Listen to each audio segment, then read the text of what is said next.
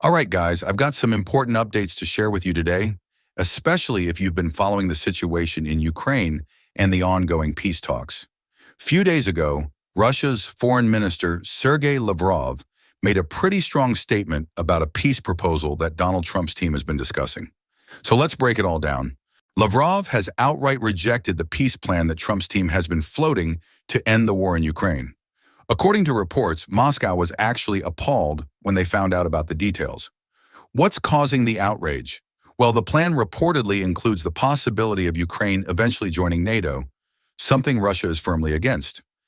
As many of you know, NATO has always been a major point of tension between Russia and the West, especially after the 2022 invasion of Ukraine. Now, let me explain what Lavrov said at a press conference on December 30th. He mentioned that the Trump team's plan involves suspending hostilities along the line of contact in Ukraine, which means a halt to fighting in certain areas. But here's the kicker. They want to shift responsibility for dealing with Russia over to the Europeans. Essentially, Lavrov said that Trump's team was looking to push the confrontation onto European countries, leaving them to handle it, while the U.S. takes a step back. But that's not all. Lavrov also said that Moscow is not happy with another part of the plan, which suggests delaying Ukraine's NATO membership for 20 years. Plus, there's talk of bringing in British and European peacekeeping forces to help maintain order in Ukraine. And Lavrov? He's having none of it. Trump did mention some of this in his December 12th interview with Time magazine. He said he wasn't going to publicly release the full details of his official peace plan because, in his words, it would become a worthless plan if made public.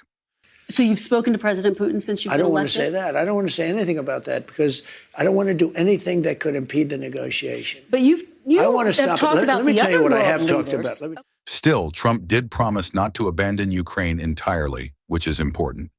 His advisors have been suggesting ideas like bringing in European peacekeepers and delaying NATO membership for Ukraine, which would give Moscow some breathing room. But as you can guess, Russia isn't on board with any of this. Retired Lieutenant General Keith Kellogg, who's been appointed by Trump as his special envoy to Ukraine, has also weighed in. He suggested that one of the ways to push Russia toward the negotiation table is by cutting off U.S. aid to Ukraine and, at the same time, ramping up weapon supplies to Kyiv. The idea is to pressure both sides into a peace deal by shifting the balance of power. Now, here's where it gets tricky. Lavrov has made it clear that Moscow will never accept Ukraine becoming part of NATO, even if it means freezing the conflict for years.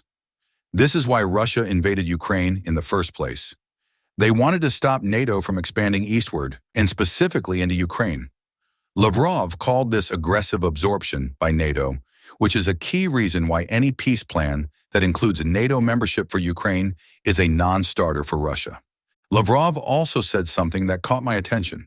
He essentially challenged Trump to reach out to Moscow if he really wants to negotiate peace. But here's the warning. Even if Trump tries to restore better relations with Russia, Lavrov said he'd be swimming against the stream. That's a pretty clear signal that Russia is prepared for a long standoff. So to wrap it all up, Trump's peace proposal, though ambitious, is running into serious opposition from Russia.